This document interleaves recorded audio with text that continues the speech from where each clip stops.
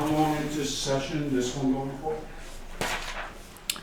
This one's 90 minutes. Okay. Thank you. Recording in progress.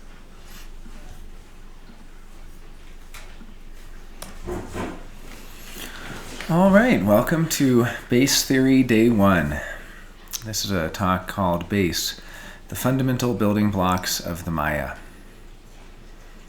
And this is for the HDHD 2023 post-conference retreat. When I start with base, there are so many ways we can begin. We can begin with the macrocosm, with the story of evolution, the evolutionary movement, what came first, what came next, what came after that. You can start with the formal construct. You can start with the dimensional keynotes. But in starting here, because we're at the post-conference retreat, I really want to start with the mystical. And my goal here is to really bring a mystical lens and impart a mystical lens. That the fifth line is here to find value in experiences and then to share those experiences with others. Not simply that Jonah had that experience, but that I want you to be able to have that same experience of seeing the world in a different way. So, how do we see the world through the lens of base? We see it in fives. We see everything in fives. There are 5 bases. This is actually what's known as the Pareto principle, where you can see that it's what's known as the 80-20 rule. When you see things through the lens of what is unique about 1/5, right? 20% of customers will buy 80% of products, or you'll get 80% of your revenue. 20% of mothers may give birth to 80% of children, and so on. I mean, these interesting things and the final 20% of work will actually be 80% of the cost. I mean, there's points of diminishing returns. So the first thing I want to convey is anytime you're approaching anything, you can apply this filter of base. In fact, I would even give a warning that Ra himself, after about 6 months of studying base, set it aside because he was seeing it everywhere. And when you see it everywhere, it can be maddening. He was seeing everything as combinations of base such that there are 5 slots, and each slot can be filled by a particular base. So when you start with that kind of permutation, you could imagine something is 1, 1, 1, 1, 1. That's the pure base 1, the most base 1 of base 1. A particular genre of music, a particular genre of film. I mean, bases are essentially the permutations and combinations of dimensions that go into creating the essences of things. And it's a very deeply mystical approach to life. That a piece of art, that piece of art has quite a bit of base 5 in it, but it also has some base 1 in it. It might be 3 parts base 5, 2 parts base 1. These are the hidden commonalities of aesthetics. If you were to put a bunch of pictures on a table and then group them and regroup them in different piles based on aesthetic commonality, you'd be grouping them according to their permutations and combinations of base. And this is the glass bead game, Magister Ludi from Hermann Hesse, where he imagined a future world where all of the arts and sciences, where all of the systems of knowledge all combine. And in fact, the masters of knowledge in the future can see what a Mozart symphony has in common with a mathematical function, which has in common with, right, a film or And in fact, there are people who play this glass bead game online. It's really fun. It's like finding the hidden synchronicities or hidden archetypal synchronic resonance between things. That there's something like this thing with that thing. And what is it like? Well, it's the same fundamental permutations of base. So as we familiarize ourselves with bases, it's really about understanding the essence or the character of that base. And essence is a term that has fallen into disuse. Anti-essentialism, moving beyond essences. It started in the 1960s as the global cycle went into a first line. A real move against the essences of things. And what that movement was doing was essentially saying, we now understand that life is much more complex, and we are now post-metaphysical in that sense, and that the original metaphysics, the original ontology, was the question of getting to the essence of a thing. But in human design, we know that, in fact, there is a way of perceiving the essence of a thing. That's what right variable consciousness is here to do. It's here to access the essences of things. It's here to distill the essences of things, to crystallize, right? So that the right variable is actually seeing into essences. So when we're talking about bases, what we're really finding is that there are 5 fundamental essences which recombine in various permutations. We can call them dimensions at a macroscopic level. We can look at them through different lenses. But that these 5 bases are the fundamental building blocks of the Maya. Building the Maya one dimension at a time.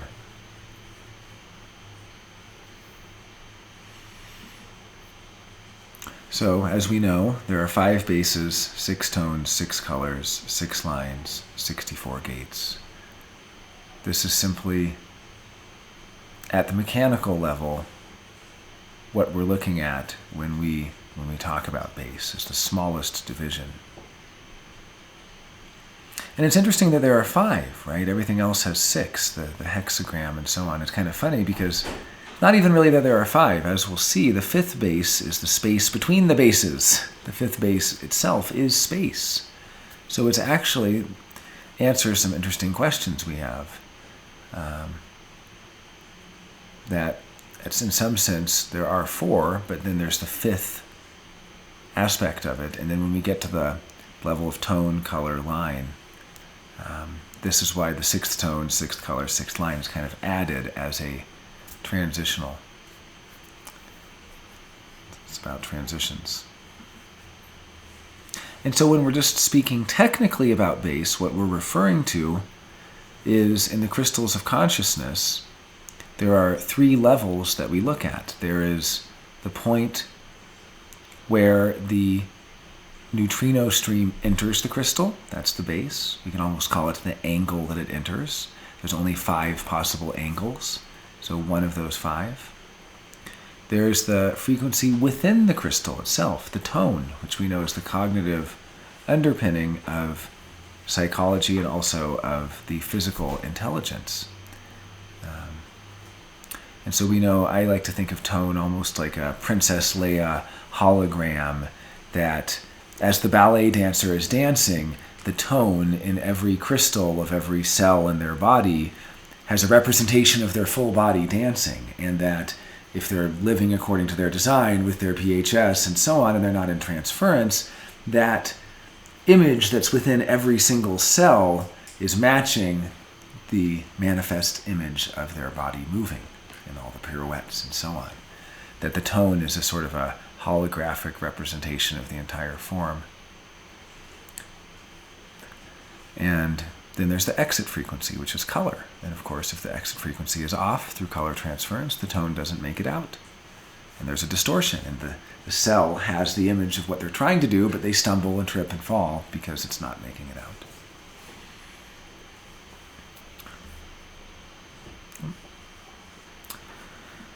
Now, there are many ways of approaching the bases.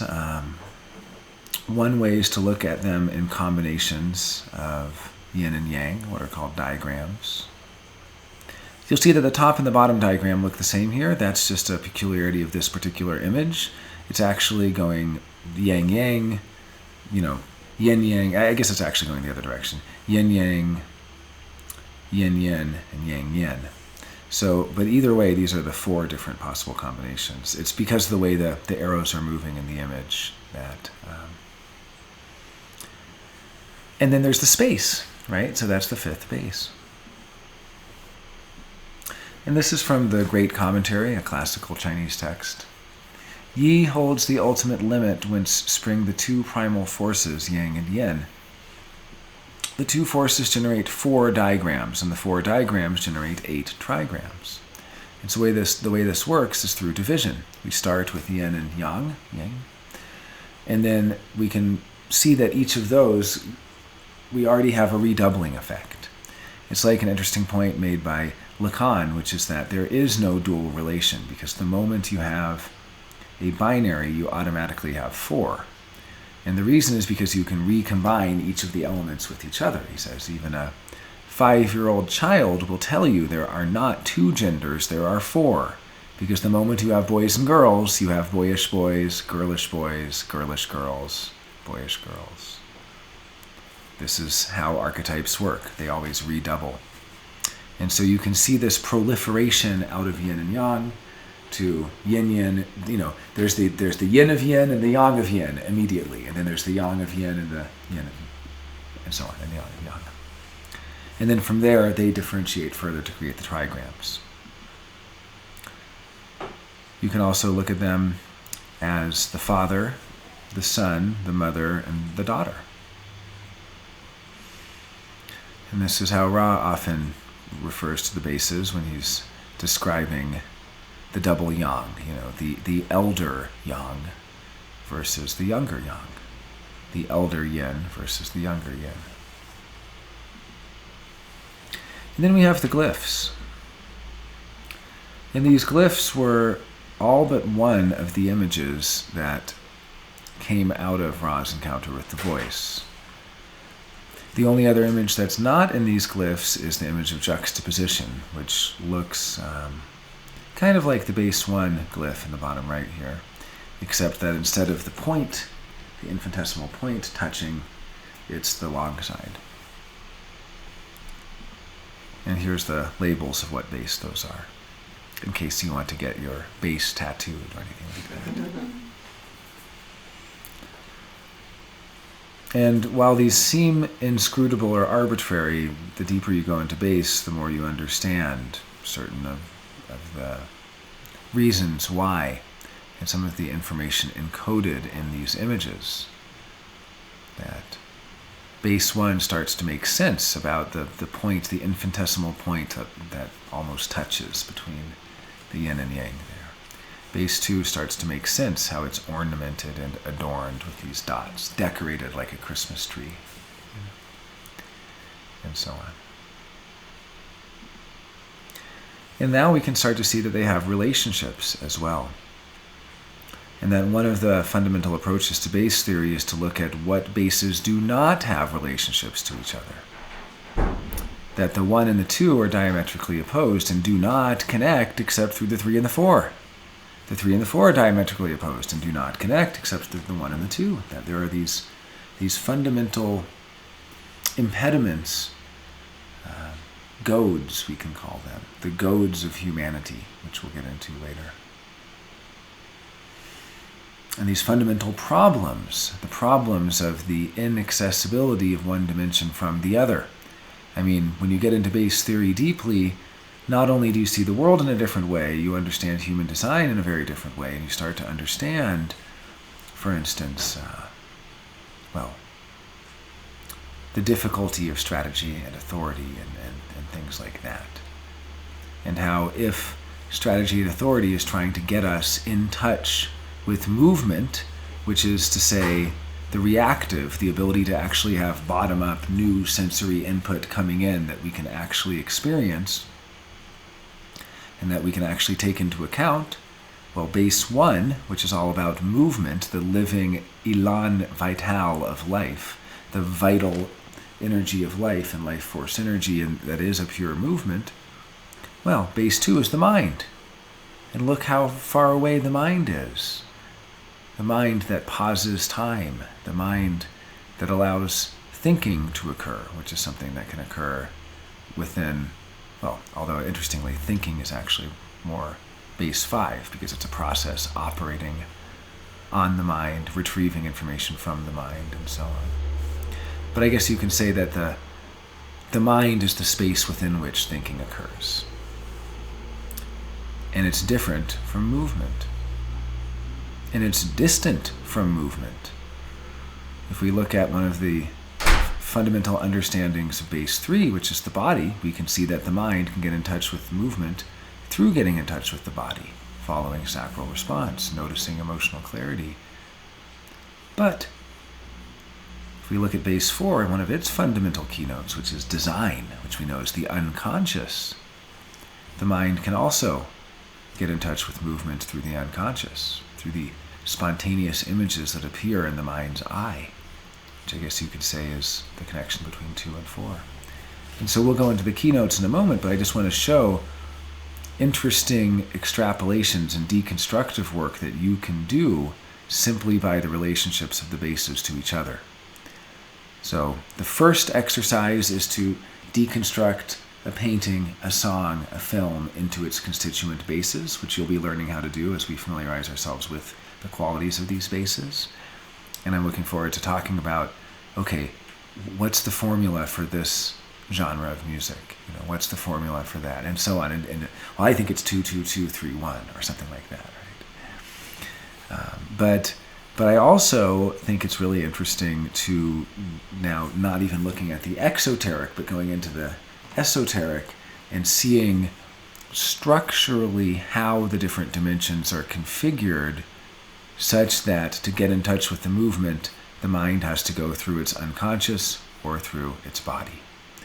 And the other interesting thing you see here is that we equate personality with mind quite often, and we equate design and body quite often, the unconscious and the body. But technically speaking, the design or the unconscious is going to, as we'll see, is something like the imaginal system of the body, the consciousness of the body, but not the consciousness of the sensory of the body. Rather, it's imagination, it's dreaming, right? Because we kind of tend to equivocate personality and mind, design and body. But when we get to base, we see that these are actually different dimensions. And we'll go into that further as well. And base 5 connects to all of them. Base 5 has a universal quality. It permeates everything. So this is why I call base 5 the cockpit. And I'm starting here with the subjective and the personal so that we can start with base from our own lived life experience. This is the phenomenological approach, for those not familiar with Merleau-Ponty and the phenomenologists, Husserl and so on, phenomenologists, Heidegger, Husserl. What they were doing was essentially taking as valid subjective experience in the same sense that Jung, when asked if it really happened or it only happened in a dream, replied, yes, it really happened in a dream. That there is a phenomenological lived life experience that the personality does experience, and when it's going into these different dimensions, if I go back, we'll see, it's the cockpit that can go into the different dimensions, so to speak. And it can, that awareness of the personality can become aware of the workings of the mind and become aware of the body's sensory input. It can become aware of the unconscious and the stream of images coming from the unconscious. And it can become aware of movement. So it's this personality that is the sort of cockpit, which does not mean, by the way, that it's in charge of where the plane goes. It's a cockpit with no steering mechanism. The steering is completely in the magnetic monopole, and it's it's a cockpit where you can only watch. But it is nevertheless something like you could kind of imagine it as being in this place where you can go into different places. And so here are the microcosmic keynotes. And tomorrow we'll be looking at the macrocosmic keynotes. We'll be talking more about base at a macro level as an evolutionary story, as the story of the development of self-reflected consciousness and our place in the cosmos. But today we're just going to look at it at the microcosm of the individual and how we experience these 5 dimensions. And they are dimensions. I mean, human design has a 9-dimensional ontology. There are the 4 atomic dimensions, the 4 dimensions of Einstein, the 3 spatial dimensions plus time, right? That's all in the atomic universe. And then the other side of the biverse are the 5 dimensions of base, which are not measurable within the atomic. It's kind of like, there's a great quote from Manuel de Landa. He said, "We can never talk about assumptions because the moment we talk about an assumption directly, we can only use new assumptions to talk about it. In fact, we can't talk about assumptions because assumptions are what we use to talk about anything." And it's a similar problem here where it's hard to talk about base in the atomic realm because base is what makes the atomic realm possible. We would not have the atomic realm and time and space as we understand it without the 5 dimensions of base, which are all necessary aspects of reality as we know it. That they create reality. And so at the microcosmic level, these are the keynotes. Now it is interesting that I've been talking about 4 as the design rather than the ego, but that is the keynote, and it maybe gives another interesting connection that we haven't really fully understood, perhaps, between the ego and the unconscious.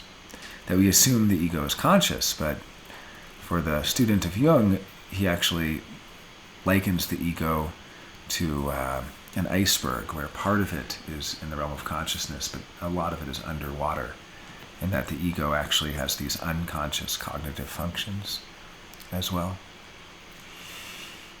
But in any case, when we're talking about these dimensions, we're going to kind of go through how we might understand them personally in our own lives so that we can contemplate and understand just how we are dimensional travelers. I wrote a song once, I called it, "You Can Sit Still," let's see, something like, "You can sit still in other dimension. You can sit still in the 3rd dimension and still be moving in other dimensions." I phrased it a little better. But it was, you can move in other dimensions and sit still in 3D space, right? Like I'm sitting perfectly still, but that's part of it, is that if you're moving in another dimension, you're not moving in this one necessarily, right? So we can go into, that's what we're doing when we are going into a reverie, memories, or we're going into our body fully, or when we're going into different things. So I'm going to start with base 1, and the keynote here is individuality. And this is the dimension of uniqueness. As a statement, it says, "I define," and the dimension is actually technically called movement. It's that we move in unique ways, we move in individual ways. And also this is the principle that 2 things cannot be in the same space. This is why we don't overlap. This is also where no choice comes from. So something I want to mention also is that as you're studying base, you will find every aspect of human design at the surface that stems from either one or more of the bases in combination. And the rule of no choice says there is no such thing as action, there is only reaction. It's interesting, right? Maybe there was an original action, maybe the Big Bang was the only legitimate action. From that point on, everything has simply been reaction. That's an interesting point here. And it has opposition to base 2 and affinity to base 4.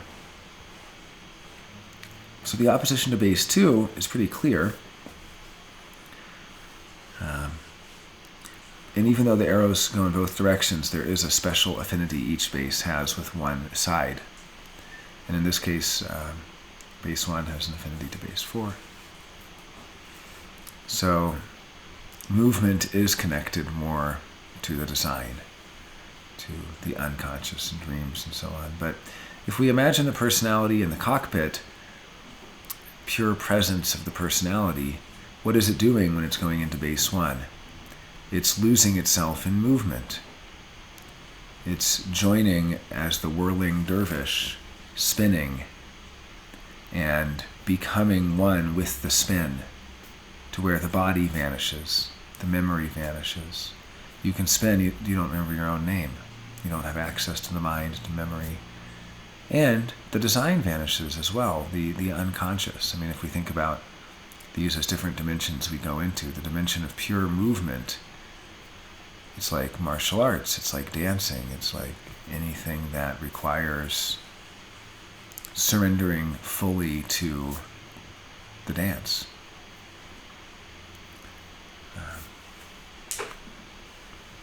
Individuality is the origin of time, as time is rooted in movement, and also has a special relationship to the magnetic monopole as the coordinator of movement.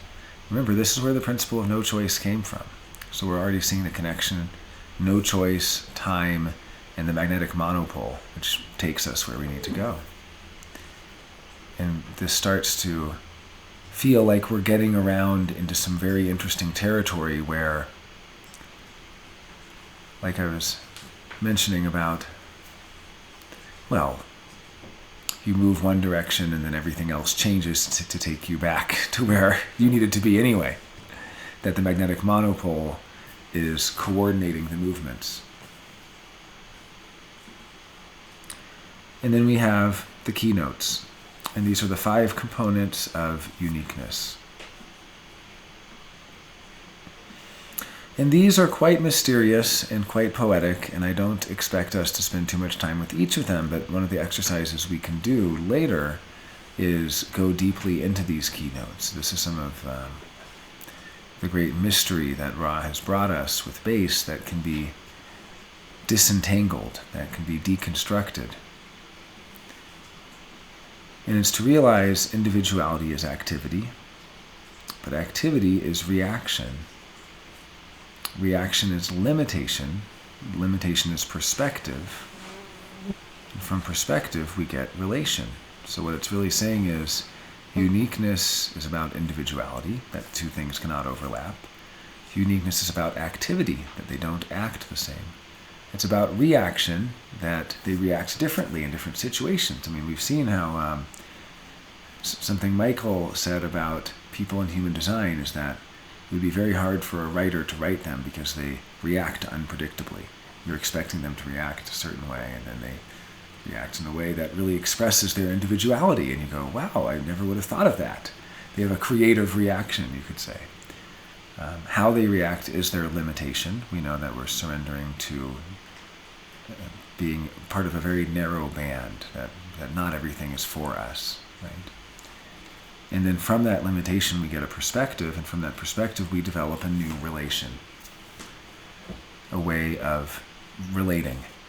Like James Hillman, when he was asked if he's counterculture, if he's anti-authoritarian and anti-conformist, and he said, no, not at all.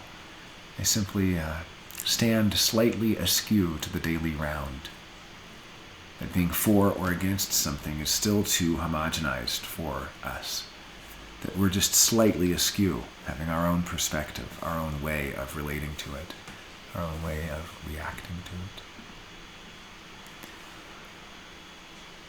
Base 2 is the principle of mind. And it's all about role. This is where we get profile from. It's the dimension of role, that things have roles. Or the dimension of evolution, I guess, technically. But we have roles to play for evolution to occur. And there's a separation of concerns, and different people work together in different roles for evolution to happen. And the mind is here to remember. Now, if we imagine base 5 as that cockpit, as that personality, and it goes fully into movement and loses complete access to the mind, forgetting its name. But in movement, it can still be connected to the body. It can still be connected to the unconscious. Because remember, movement has those 2 arms. It's right hand, it's left hand. It just loses memory. But going into the mind then, losing touch with movement. What do we do when we go into mind space? It's what we're doing right now. We pause the movement of the world. The world stops. We keep things from moving. We say, stop moving, stop, I love these old myths of the gods, of Babylon and Sumeria and so on, most of them had to do with the gods being really annoyed by being bothered. Like they're trying to sleep. And so they create these demigods to try to do their work. But then the demigods are too noisy and they keep bothering the gods. And so the demigods create humans to do their work so that they don't bother the gods and so on. It's actually a really beautiful story. It's one of the oldest creation myths, is that the elder gods went to sleep so that they create the demigods who then create the humans out of mud, and that the humans' role is to dig holes because they're surrounded by water, but they don't like going so far to get the water. It's on the edge of the earth, so they want to dig instead to bring up the springs of the Absu. Absu is translated as water. Most of my life it was. More recently, it began being translated as a word that meant both semen and amniotic fluid, so essentially the waters of life. This is ancient Mesopotamian myth, right? That the role of the human is to dig, to create, or discover the waters of life to nourish the gods. And I just find that really beautiful, that that's what we're doing. We're laboring and toiling to have access to some creative flow that then is nourishing to the archetypal forces that we work for. Maybe it's just because I'm a generator, but I don't mind that. But in any case, we have this thing where the mind can only really operate when movement stops, when it's not being interrupted by movement, when it's in a state of essentially stillness. I'm also a 952, so, But if we think of literature, think of Proust, in remembrance of things past. I mean, it begins with him at a cafe smelling a pastry, and it ends 5,000 pages later, after he's remembered his whole life story. That smell took him back to childhood, and from there, the reverie is kicked off, and it's not until thousands of pages later that reverie is done. And throughout that, he is in the realm of mind. He's in the realm of memory. He's in a reverie. And yeah, you might notice you're hungry in the reverie. Mind has body on one side. Or it might spur images. That's where the design comes from, or comes in, rather, base 4, in the sort of inner image stream. But ultimately, going into the dimension of mind isolates you from movement. Hence its opposition to base 1. And it has an affinity with base 3, the body. It's connected to base 3. This is mind and body right here. That it's purely possible for someone to live according to their body's reactions and not be living their design and not be living their strategy and authority. They're simply living out a sort of immediate reactivity to the body. It's like some people learn human design and think it gives them permission to eliminate the superego and live out the id. It doesn't work that way. For those not familiar with the superego and the id, the superego is what essentially kept us civil, and the id is what does whatever its impulse is at the moment. But that's actually losing the ability to suspend habitual reaction, losing the ability to resist impulse, losing any impulse control, right? And it's not necessarily getting in touch with the movement or the individuality, base 1, it's getting in touch with the body. So a lot of people in human design will say, okay, we're going to get in touch with the body, and you're going to do what your body wants. And if your body's hungry, you eat that food. Okay, but that's not you living out your individuality. That's not you living out the correct movement, the correct trajectory where your magnetic monopole is here to take you to be a certain way, to see a certain way. You're not getting your individuality that way. You're simply living out the impulses of the body. And the impulses of the body might be homogenized impulses.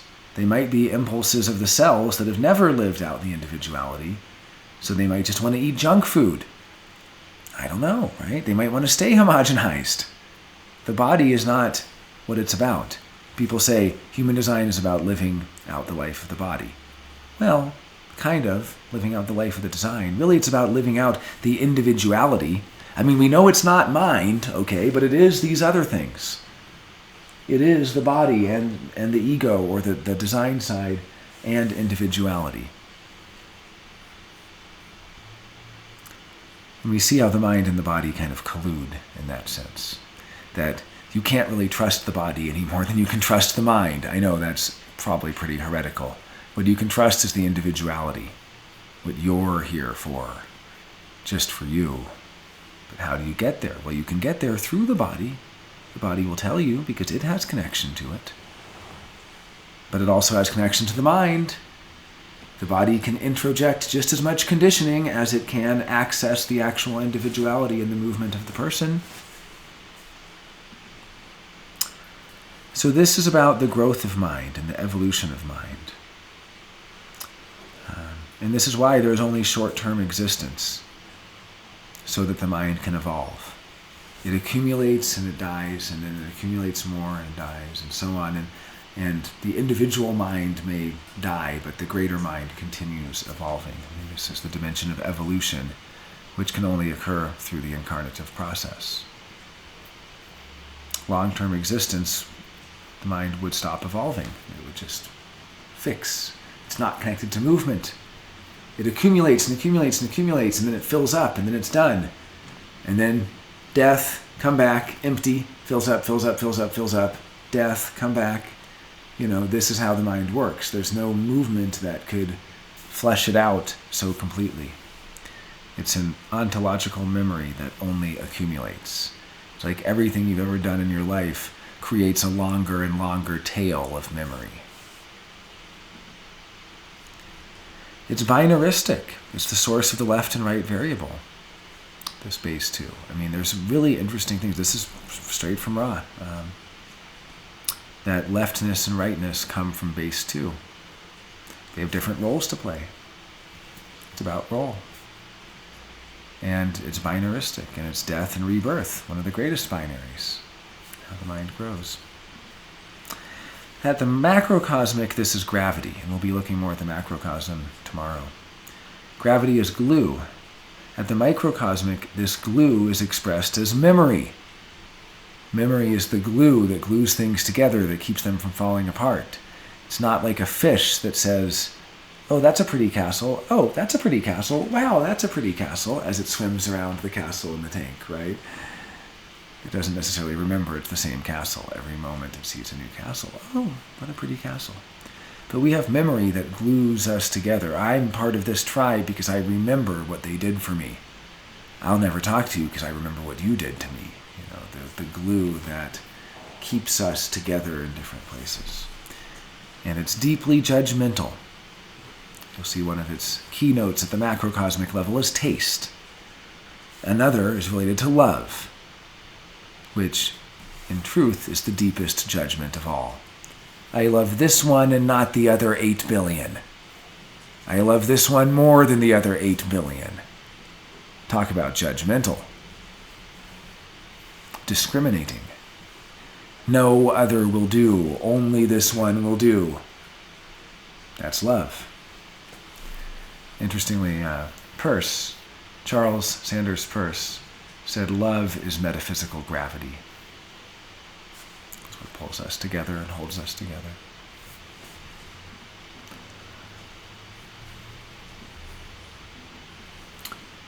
And there's a little roadmap here. The furthest thing from base 2 is movement, individuality, uniqueness. I define. Before it can get to the I define, it has to go through civilization and understand the ego and the self. It must say, I design, and move through earth to get to the uniqueness. So before it can actually create something new with its individuality, before you can really live as yourself, you have to go through these other thresholds. Or it has to go the other way, through the body, through humanity, to being and the body and the genetics. And it has to say, I am. So it has to say, I am before it can say, I define. It has to move from being through that friction to movement. So there are really 2 paths, the path of the unconscious and the path of the body. But either way, there are these rites of passage and levels of initiation that the mind has to go through as it is tempered before it can reach the individuality. which is part of what human design is here to do, to help us express our individuality and be our individuality and see from that perspective in that relation. It's the source of profile. And we see that everyone has profile. We all have profiles, but very few people actually express their uniqueness through it. It's so far from individuality that it's rare to see somebody who can actually express through their profile their own individuality, to make it their own. It takes a lot of work to get to individuality from the mind.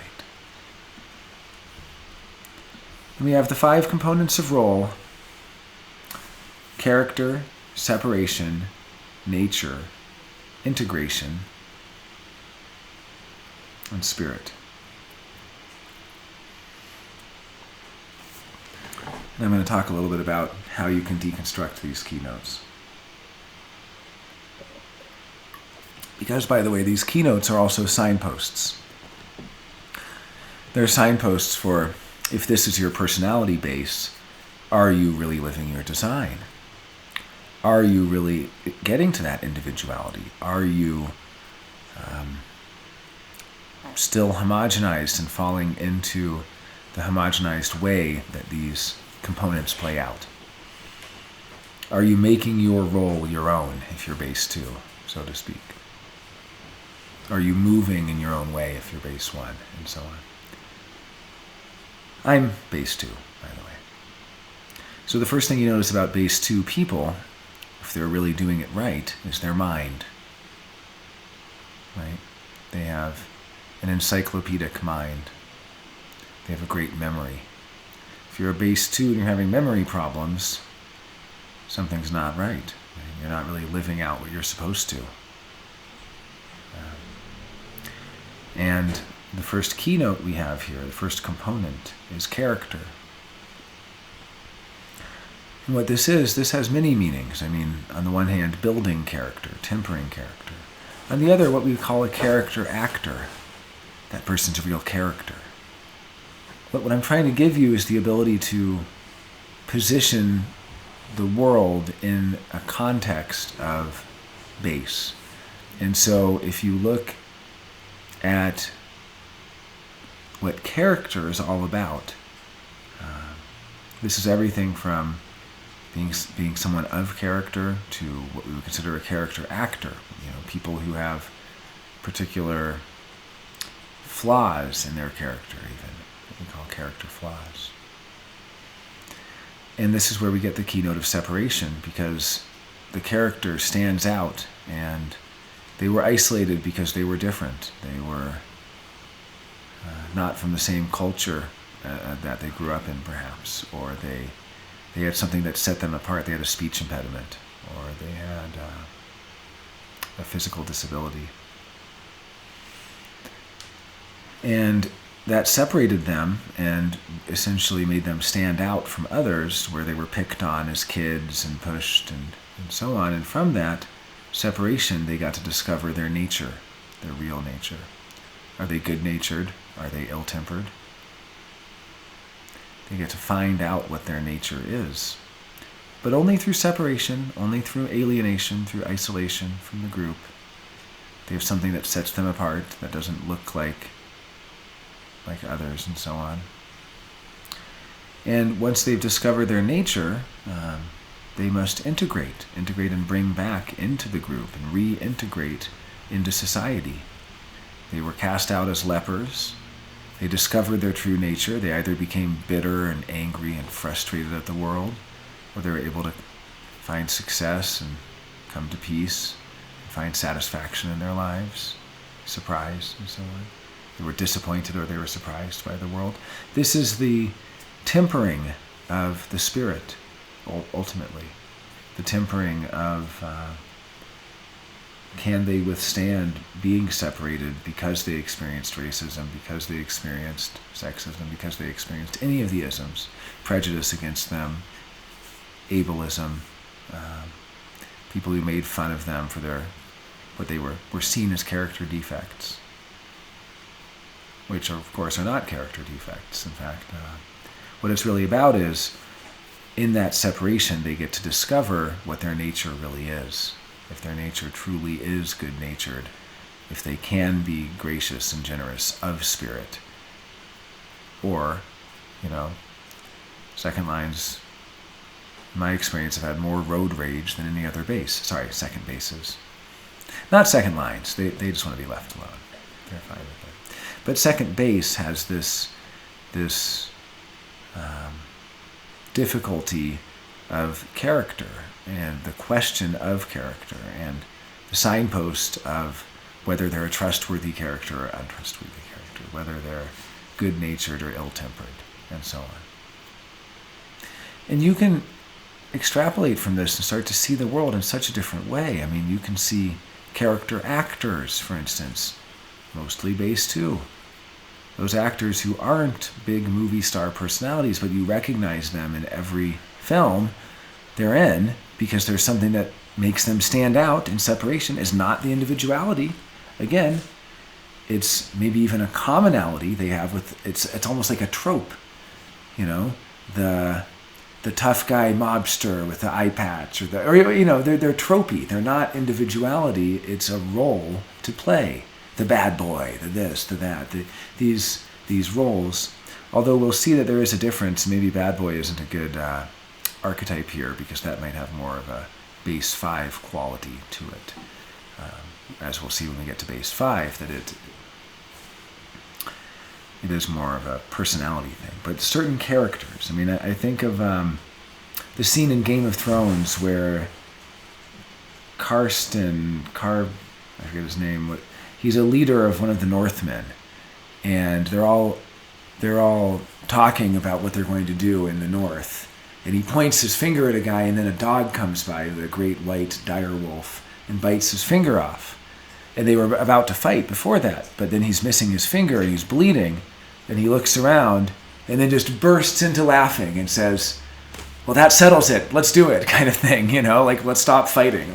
That is a great example of character. He could have then burst out into fighting and aggression, but instead, he's now lost a limb, or lost a finger at least, and he's laughing about it. And the ability to laugh about losing a limb or things like that, I mean, that is in base 2. That's what character is about. It's having tempered your spirit enough. There's a great quote from Deleuze where he says, we think of events as things that happen to us. A man goes to war, loses his leg in the war. But really, we must become worthy of the event. That tempering the spirit, we rise to become worthy of it. You lose your leg in war, spend the rest of your life bitter, jaded, complaining. Well, you weren't worthy of losing your leg.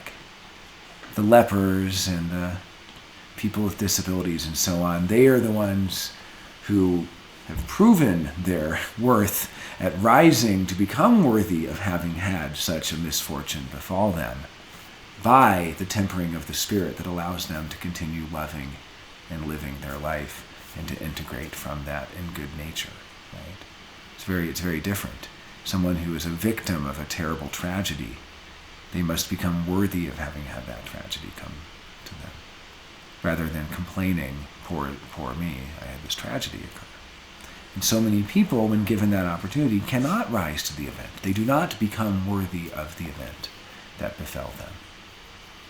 And that is the real tragedy. The dilemma of the mind is that it always needs uniqueness. And this is the problem of human design. How do we bridge the mind to uniqueness?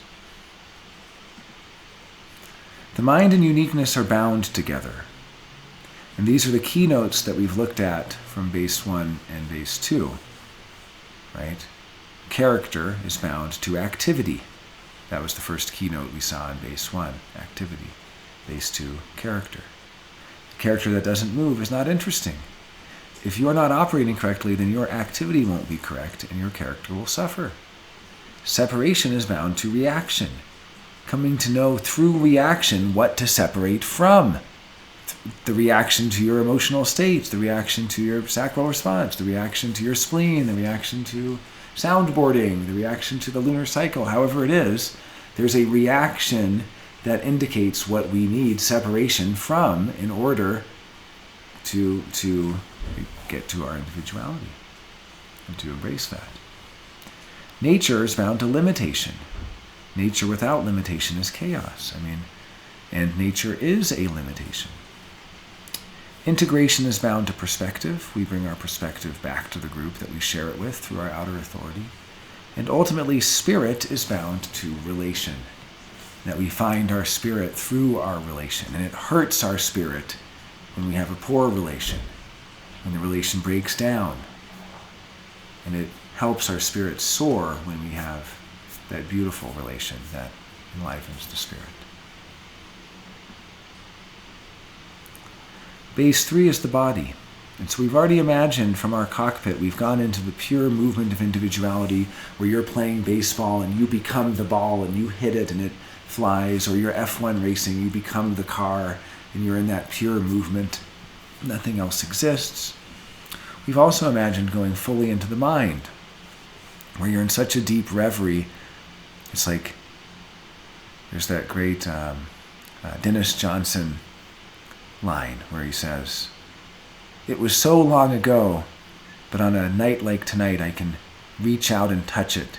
It's as if they rolled up all the streets, they put them away somewhere, and yet it's right in front of me. I can touch it." That's memory, that's the mind. We go into a state where it's still there. The realm of spirit, where it's all accessible. And then the body. The genetics, the I am. Also known as the objective. And I love that objectivity is in the body. It's really the only place it really is. The personality is subjective, but the body is objective in that the body doesn't lie. It's like that great quote from Lacan. He says, "Anxiety is the only emotion that doesn't lie." We can get tricked by a lot, but anxiety is real. And if somebody comes into your aura, no amount of positive mental attitude will override the objectivity of the biological interaction that you're having with them that produces a chemical cocktail that they're producing in you and you're producing in them. And so this would be from our cockpit. This is not going into the movement, not going into the reverie. This would be going fully into the body, going into the hunger, going into the sensory, going into the bottom-up sensory input. And there are times when nothing else exists but that body. When you're in a sexual situation and the person says, "Well, you were just in your head." Well, yeah, they weren't able to go into the body. They were still in the dimension of mind. They were thinking about something else, someone else, remembering some past lover, who knows what. Right? Or they weren't able to, sometimes you want to leave the body and go so fully into movement. The mind goes into the body and then pretty soon it goes into movement, and it's as if there aren't two bodies. There's just one movement.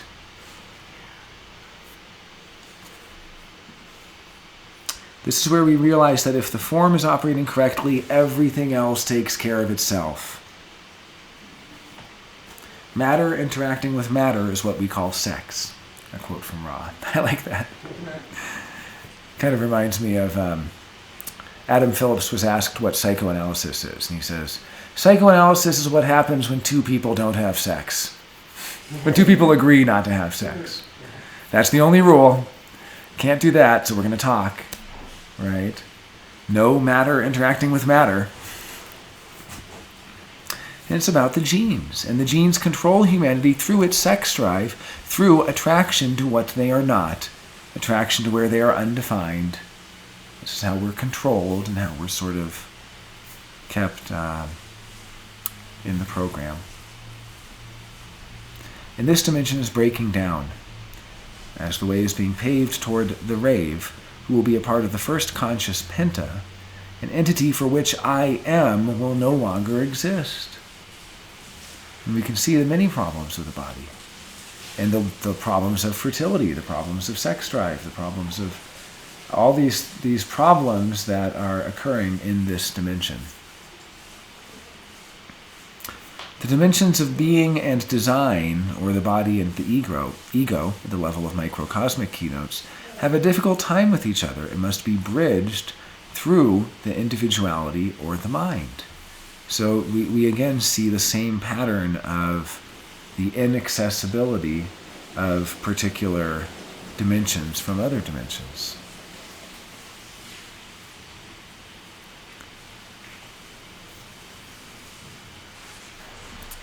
The 5 components of genetics. The body is biology. Biology is chemistry. Chemistry is objectivity. Objectivity is geometry, and geometry is trajectory. So we again have these keynotes of a base 3 person is going to have a biological correctness that is their signpost, in the same way a base 2 person may have an encyclopedic mind, or a base 1 person may move in an idiosyncratic way or have other reactions that are totally surprising and unexpected, and may have very interesting perspectives and ways of relating to others.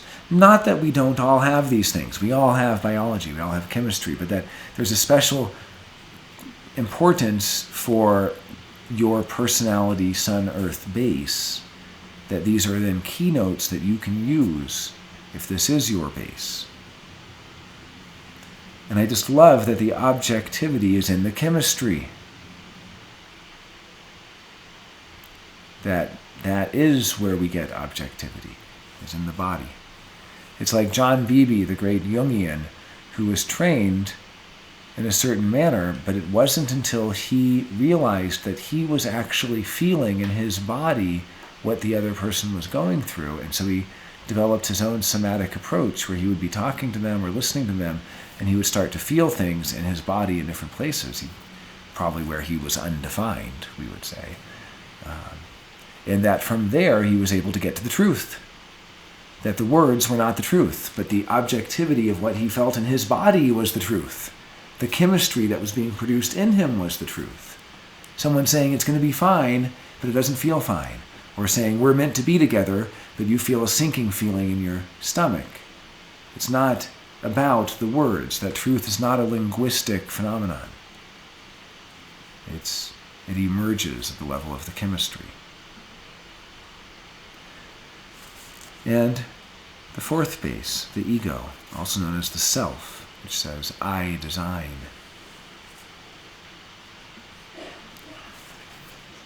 And it's related to the self in the sense that the self is one of the components. The self provides the ego a realm within which to compete. And this is a direct quote from Ra.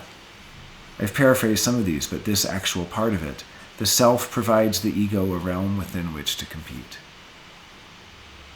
Interesting idea. I mean, what does it even mean? Compete with who? With what? But that there is an aspect of this dimension that has to do with, the identity that is not the individuality, right? It's interesting. It's like the movement is the real individuality, because that is the thing that continues to live and to change, or if not change, at least to move, which is kind of what we identify with change. Things keep moving. Oh, this used to be there, it changed, But there's also the self,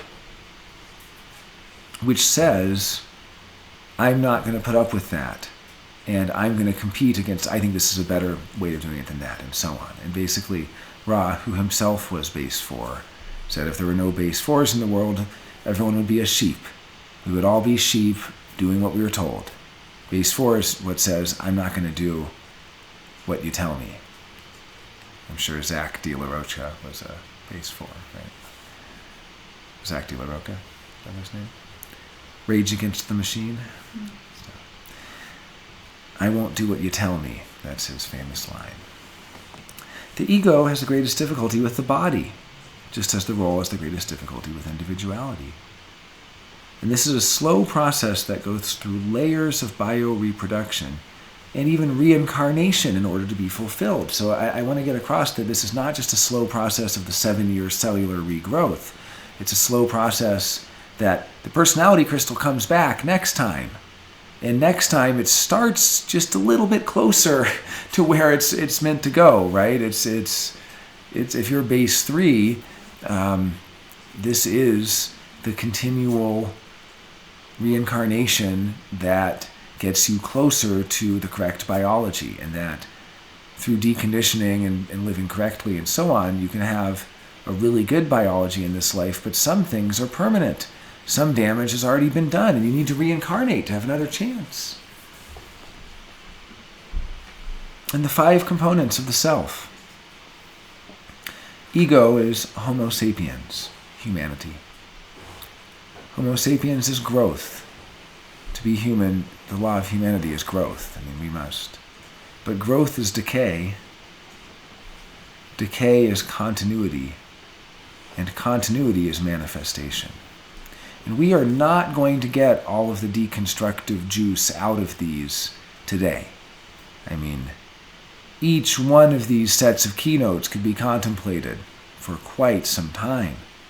But we do see the affinity between the ego, what is at the surface, the heart center, the ego center, and manifestation, which we consider typically associated with the throat or the motor to the throat.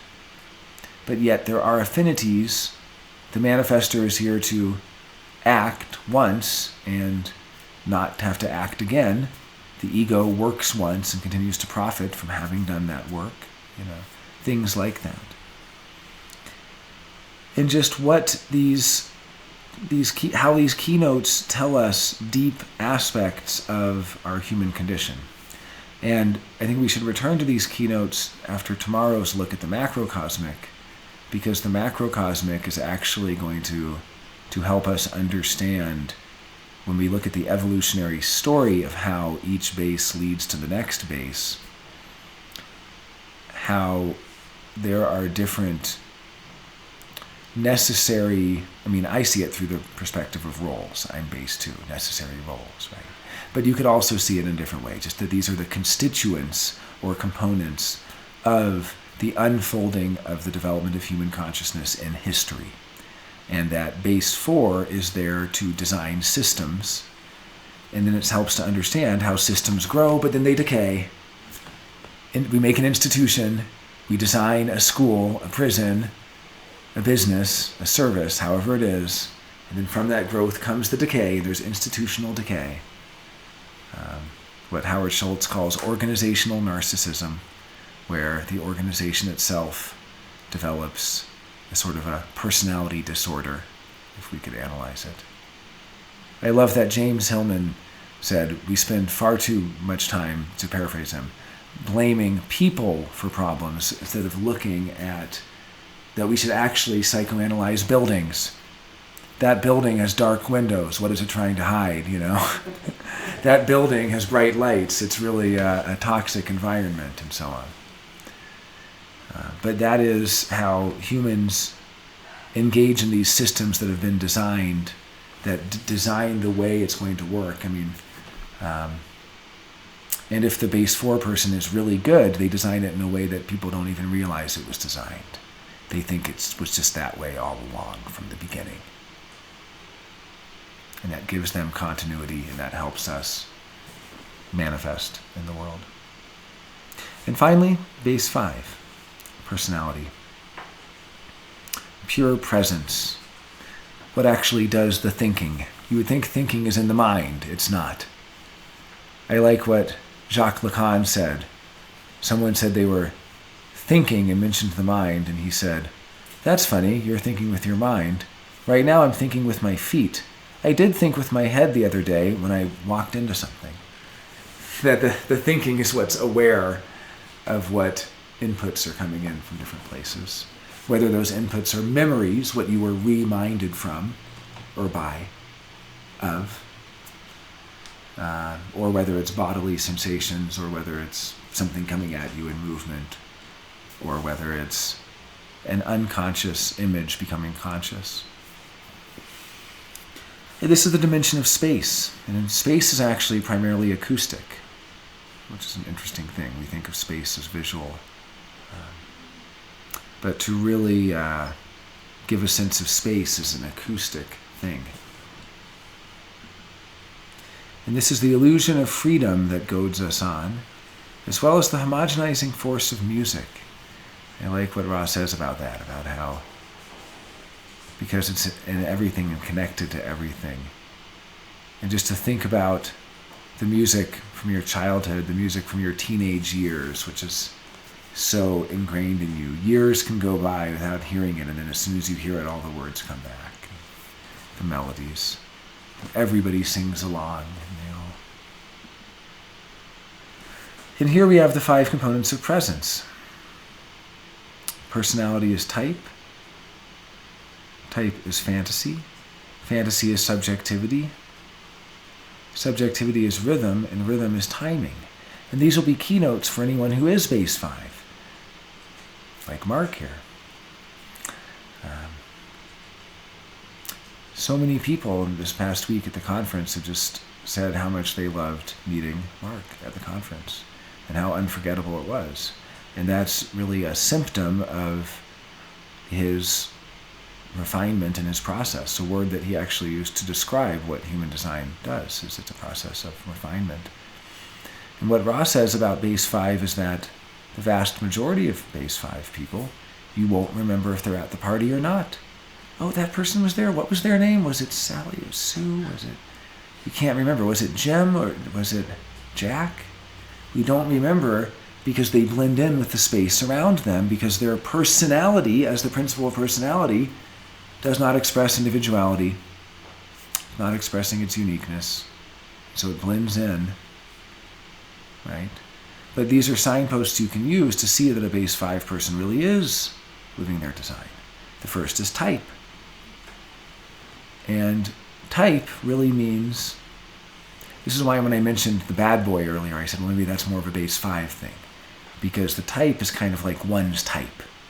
I like art girl types, I like, or however it is. I like the girl next door type. I like the strong silent type.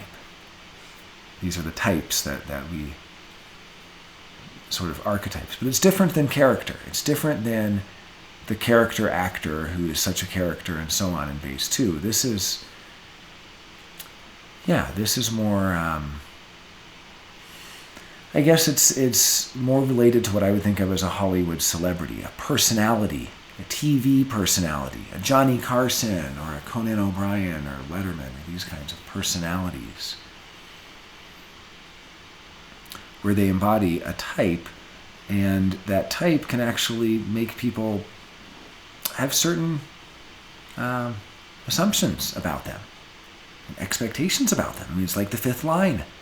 We see some continuity. Not always. It's not necessarily easy to see how the first base might come up to the first line. It's not like that. And yet there are commonalities. We can see how much the projection field works through fantasy and fantasizing, right? And subjectivity. Well, I think this person's this way. Well, I think they're that way. And so on. But we can see that if they're really living their design, they are owning that type. It's like, yeah, I might be this sort of type that seems like a homogenized thing, but I'm doing it my own way. If we think of it as kind of a type being a homogenizing category to put people in, and yet the base 5 who's really living their design is making that type their own. People fantasize about them. They do. I've seen people who have all sorts of, that they capture the imagination of the other. And that they're really living their design because they have subjectivity in the sense of interiority, in the sense of, don't objectify me, It's almost the exaltation of not being objectified and not being used as a laborer and not being used right? It's kind of interiority in a way. It's like, I have a rich inner life. Don't think that I'm only what's on the outside. People fantasize about what that inner life is. What's really going on in there? And another keynote is their rhythm. the rhythm with which they bring into their situations, the rhythm of the movement. I mean, I'm a gate 46, line 5. It's all about pacing for me. And I have a lot of connection to rhythm, even though I know it's on the other side of the sacral G center tantric channels. And ultimately timing, that is going to be a signpost for fifth base people, that they have good timing, that they do things at the right time, and that they're in touch with the timing.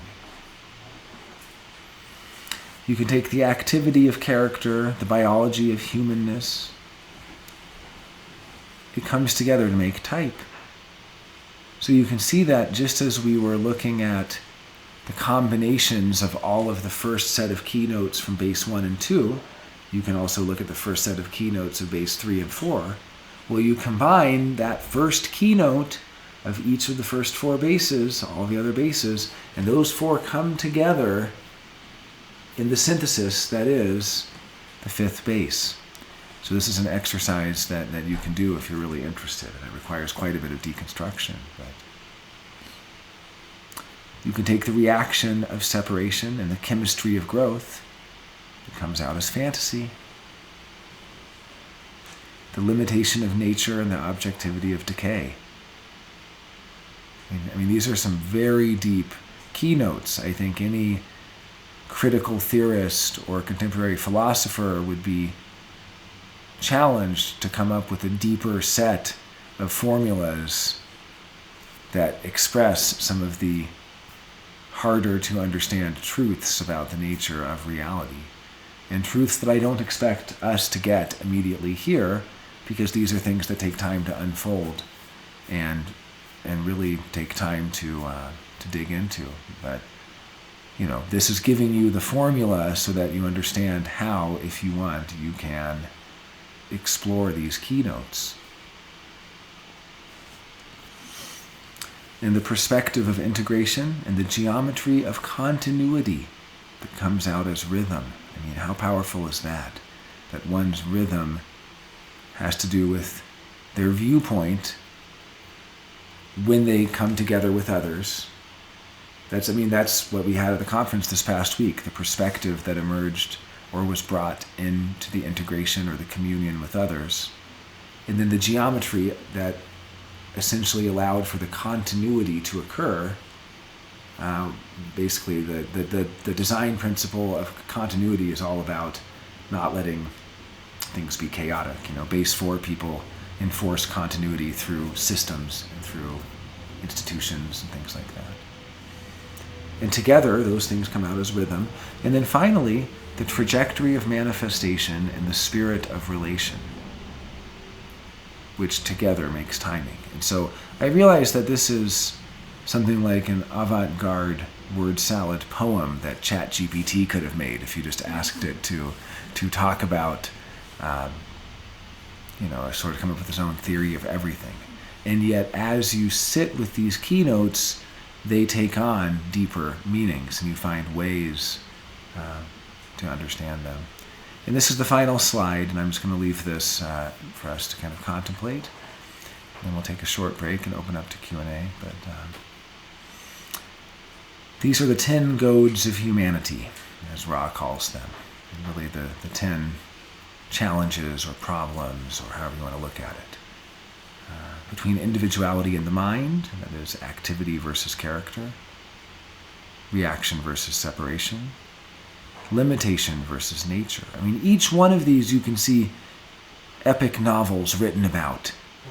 Limitation versus nature, the limitation of being a human in form, trying to survive against nature, or human nature itself, and how it itself is, maybe even more so, reversing it, so that the nature is what is contending against being limited.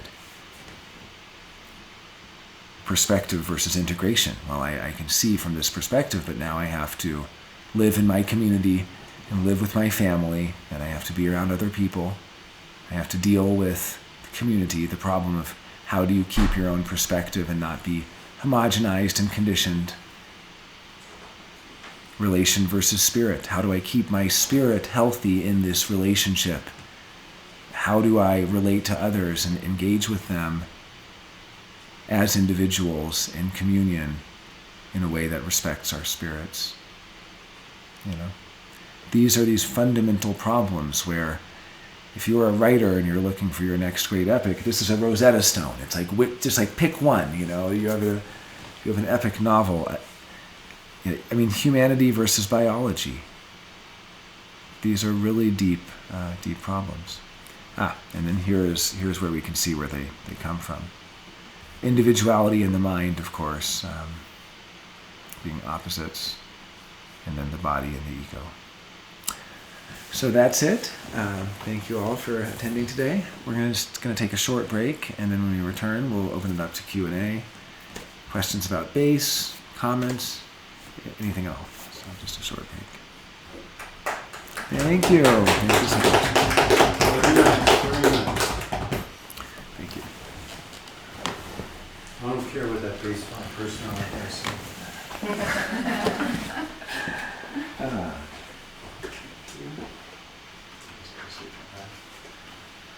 Okay, I'm just going to grab some water. And, Bass is. Can we just look at the personality side for bass? Yeah, yeah. You That's know, the personality. That's a really big one. okay, that's where I didn't know if it was which. Yeah, that's the one. You would be identifying Bishop. I'm a fifth bass in that, Okay, in this context. that's the one Yes. I thought it was about, but I didn't know if it like meant for. Well, you have other things though, because Yeah. you know, based on your nose, is a fifth bass player, first bass player. So here's the thing when we're looking at James. This is a different way of looking at bass. This is a better trajectory. Oh, So this deals with how you resonate, harmonize, or in dissonance with people and your feeling. Alright, so this is where it's derived from. These are lymph nodes, they stretch, they link the body together through bass, and magnetic model. So it's based on the magnetic model, and the nodes come together to create our trajectory of where we are influenced using impersonal instead. So that's why bass is important here. okay. And I also actually, if you notice that his thing, one is here, it was rotated once this way. Yeah. I rotated this way because in the chart, this is where you can see on the personality side when it's black versus red.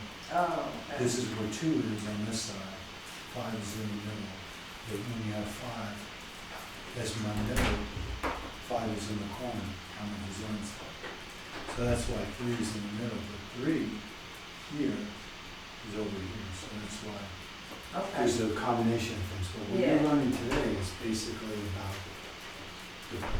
your personality, the crystal that you incarnate with every life, Okay. and those attributes that are most. But we have other bases within us, but this is the primary thing that's running. Yeah, those things I could consider for every single one, like maybe it's the base 2, is that type of. Well, we could flavor it, but everything's coming through the main, you know, there's The main main, things. the main one? Yeah, everything has layers of layers of layers of context. So. Okay. And some things are emphasized more than others. Some things have more repeated themes or conflicting themes, or so it's this whole synergistic blend, this amalgam of all these traits and characteristics that get put together and become you. Okay.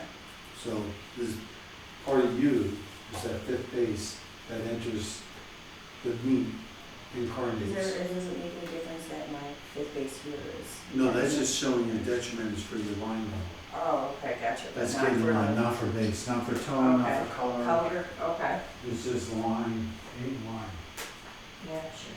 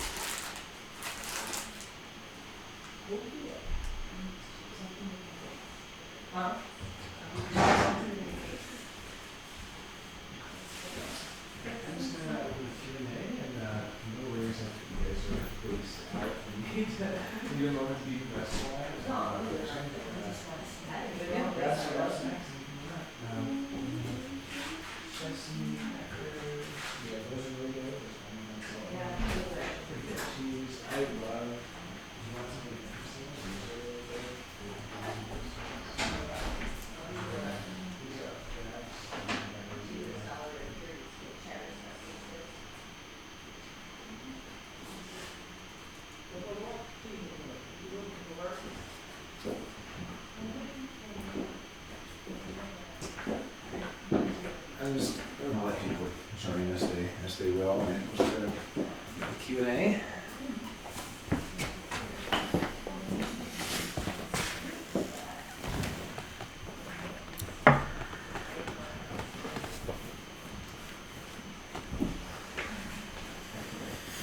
All right, so let's just open up to any questions, comments. Is it first exposure to bass? Was it your first Yeah, I think so. first deep dive? Yeah. I mean, people have tried to explain it to me, but I think, yeah. Maybe I'll show your chart, and then I can repeat any questions or comments you might have just for the recording, because I'll be providing this recording for everyone who attended. And if you have any questions or comments, let me know. Well, I have two questions, but one is really simple. I'm just looking at the personality sign of the bass. So if I'm bass, Well, we can see right here. 3, I think. This has bass 2, so this might not be correct. So the question was, do I just look at the personality side? Base 2. Yeah, that's what I have here. I have So Could you point to it? yeah, base 2 is the last number here of the sun and earth.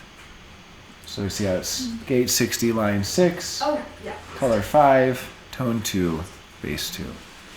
So the question was just if, my screen sharing is pressed. And so the question just being if we only look at the personality side, and the answer is, for what we're talking about now, yes, there is a way to deconstruct the design side, and Ra had some keynotes for that, like some interesting ones where he called, he had nicknames for them, like poltergeist body would be like the 5th bass body, I believe, because it was fantasy body, an ethereal body. And he called the first bass body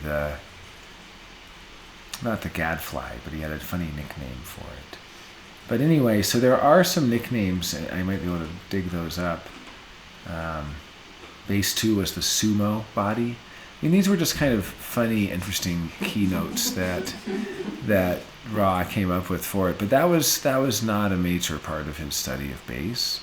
And the fact is, when we're talking about bass, we're talking about the orientation of the personality crystal, which is the same personality crystal life after life after life, and always maintains the same bass. And so that's the greatest limitation of bass, is that every single thing in your body graph can change except the bass.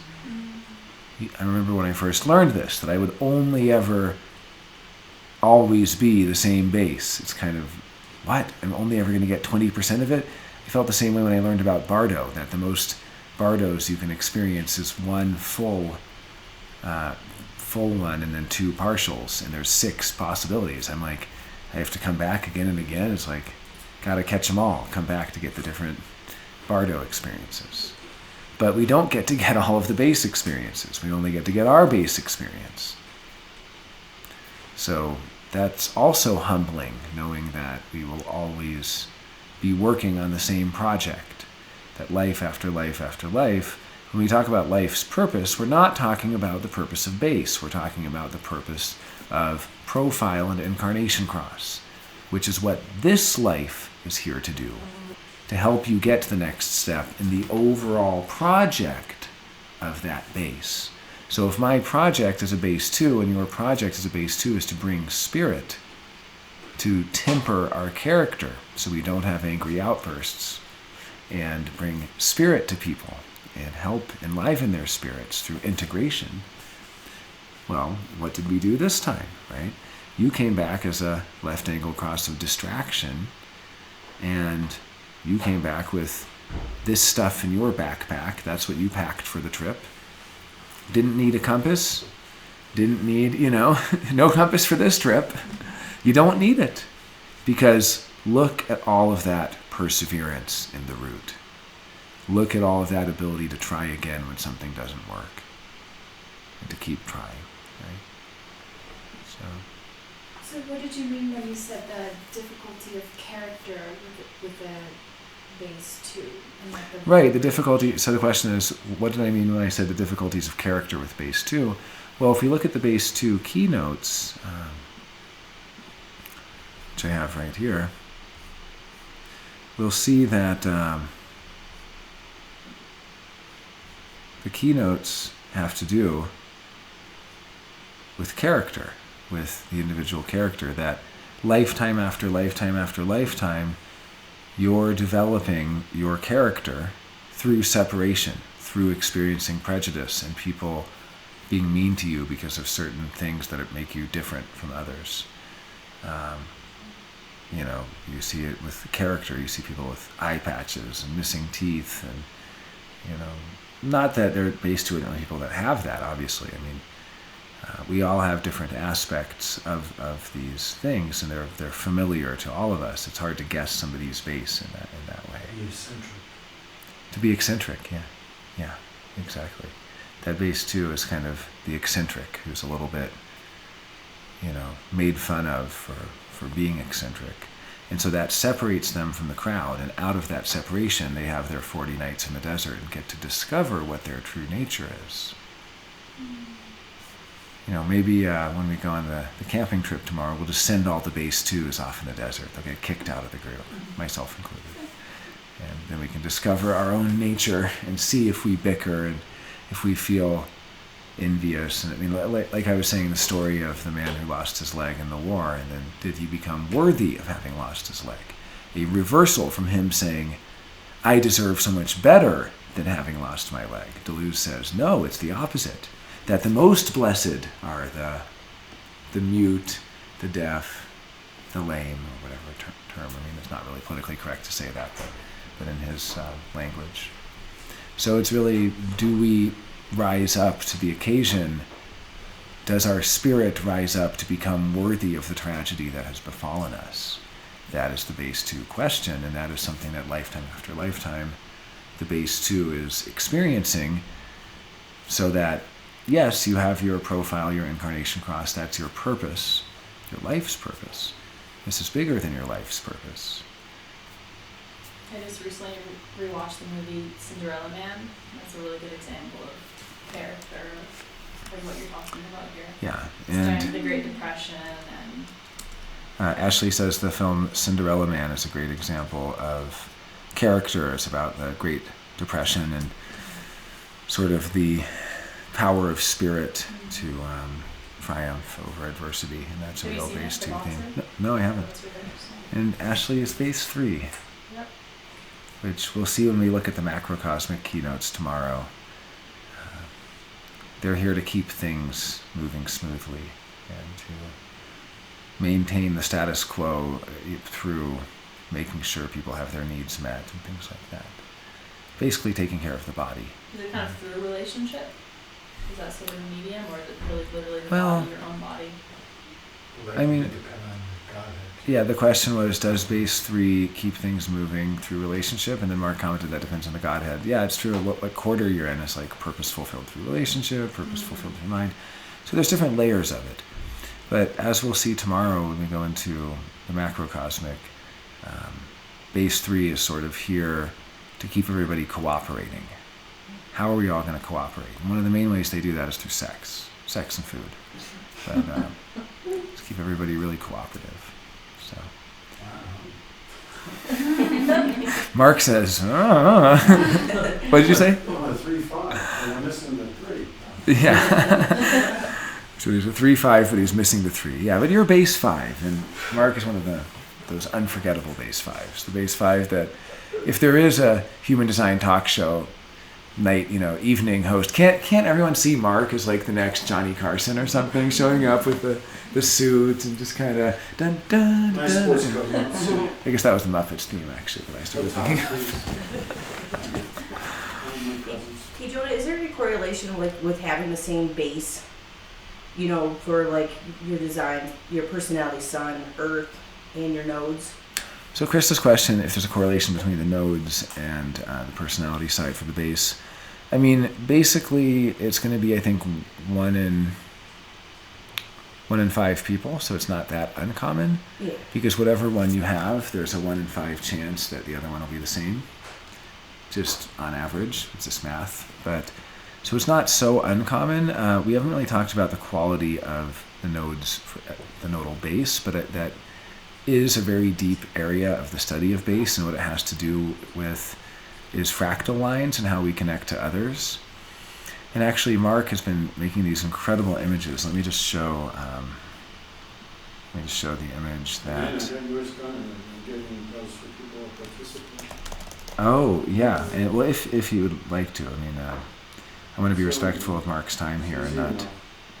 But Mark made me this great image here. Let me just see if let's see. I can share that. And you can see that it gets quite complex once we add more of the keynotes, but that this is the kind of photo you want to just print out and put on your bathroom wall or something, where you can just see it every day for a few years. Jonah's got a lot going on. Well, and what you'll notice is these little squares in Maya mechanics, or the triangle and so on, it's that your design north node actually uses the personality base mat, and the personality south node uses the design base mat. That there's 2 different, what they call mats. And these 2 different configurations, that the link node, which is the personality south node, and then the link node on the design side is the design north node, that they each use the other side's mat. And so That's how we connected in the illusion of ourselves. Mark says that's how we're connected in the illusion of our separateness. Yeah, and so the short answer is just that the nodes indicate how we connect to others, and that if it's filled in, like this 5 is here on the personality side, that for the personality side, the 5 is what permeates everything, so it connects to everything. So my nodes have everyone on my personality north node, you could say. Like, I'm not very specific or pointed in that sense. But see, if I had these 2s here, and then if I had a 2 here, and actually 2 doesn't change its position on the personality and design, so say they were all 2s, well then I would have a very, very, very hard time connecting to people with base 1. I wouldn't have a connection to them. But instead, I do have a connection to them. See, because base 1 would be in the bottom left of that corner there. So what I'm trying to say is, and also, by the way, when you see these mats, you see that 2 and 4 are in the same place on both mats. 1, 3, and 5 change places. How interesting is that? What it shows us is that it's very hard to wake up base 2 and base 4 people. They're the hardest ones to get into design, and they're the hardest ones to wake up because they have the least amount of friction between the personality and design side, so it operates very smoothly together. Even base 5 people that you would think, well, it's the principle of kind of the personality, it must be hard to wake up, right? No, it's not, because on the design side, it's in a different location, and so there's a sort of a mismatch where they don't really feel the same smooth functioning, whereas base 2 and base 4 people, it's very hard to wake up. Base 2 people can be so successful in the world, they might not see themselves in many of the not self themes and things like that. I know that I got into human design through profile, not through relating to the pain of the not self. Even though I later came to understand that pain is real. But it's also interesting that on the personality side, we see that the personality itself is what is ubiquitous. On the design side, we see that the body is what is ubiquitous and has connection to everything. So this is a little more advanced than I was planning to go into, but I do think it's just an interesting glimpse into how deep base analysis goes, and how once you start getting familiar with the keynotes, you can start to draw conclusions from these things. But to begin with, I think the first couple exercises are just the thought experiment of seeing the world in fives, seeing the Pareto principle at work, seeing the 80-20 rule as it's called, and then starting to formulate like jazz music. It's got to have a lot of bass too, right? Same as the blues. It's always, all these jazz and blues players all have nicknames. How bass 2 is that? The character. And they always have some disability or something that makes them separate from others.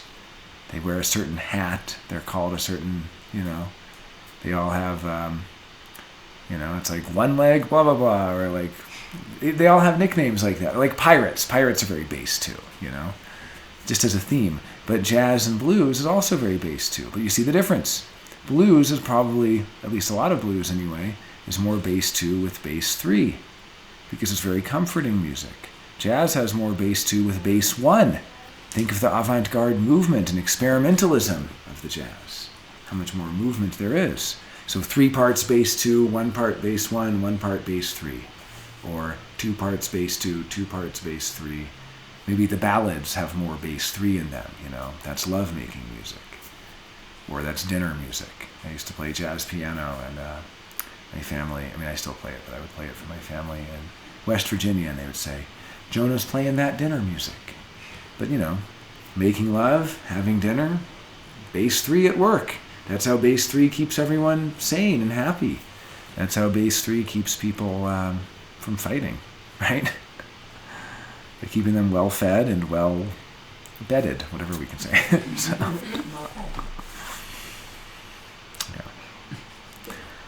okay, well, let's wrap up the Q&A today. We will go deeper into bass tomorrow, and we look at the macrocosmic keynotes. And thank you all for joining me on this journey. I really appreciate it.